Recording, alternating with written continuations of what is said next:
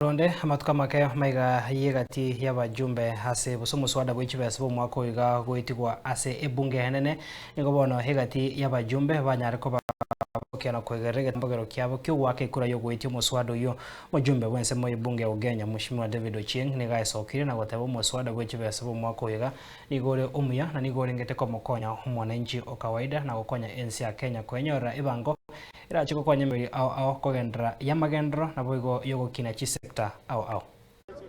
Kenyans must know that in the country today, the finance bill we passed yesterday is the 64th in the country.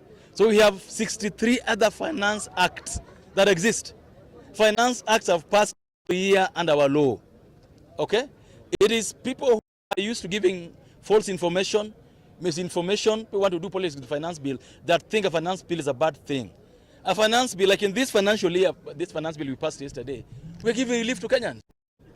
In this finance bill we passed yesterday, people just don't know this. We have reduced the price of phones by to 25% taxation. This finance bill yesterday, they didn't increase any tax for anybody. This finance bill of yesterday has things that people talk about or that don't belong to it.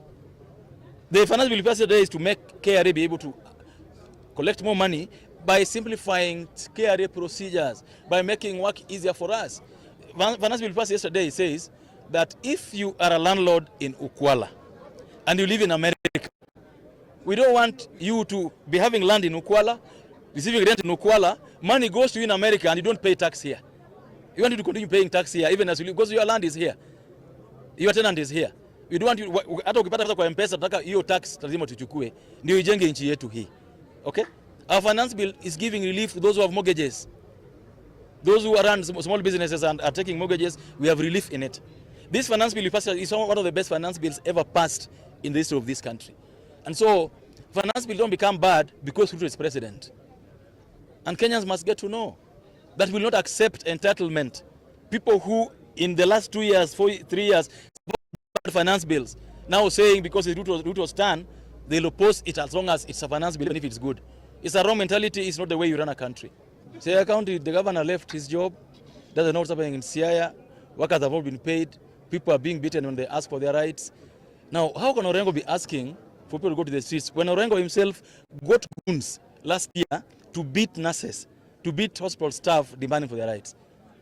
Orengo has no right to ask for anybody to go to the streets because Orengo hired goons to go and beat up people who paid bribes to get jobs in the county. Orengo has no moral authority to ask for anybody to go to the streets because he's a failed governor. So let his children join him. Orengo should stop playing with people's children. I mean, there must be an end to this activism. Orengo did this thing before I was born in 1980. Every time he gets a job to work for people, he doesn't work for the people. He's a self-seeking leader, a very selfish leader who doesn't believe in those who vote for him. He believes in Mimi, na Mimi,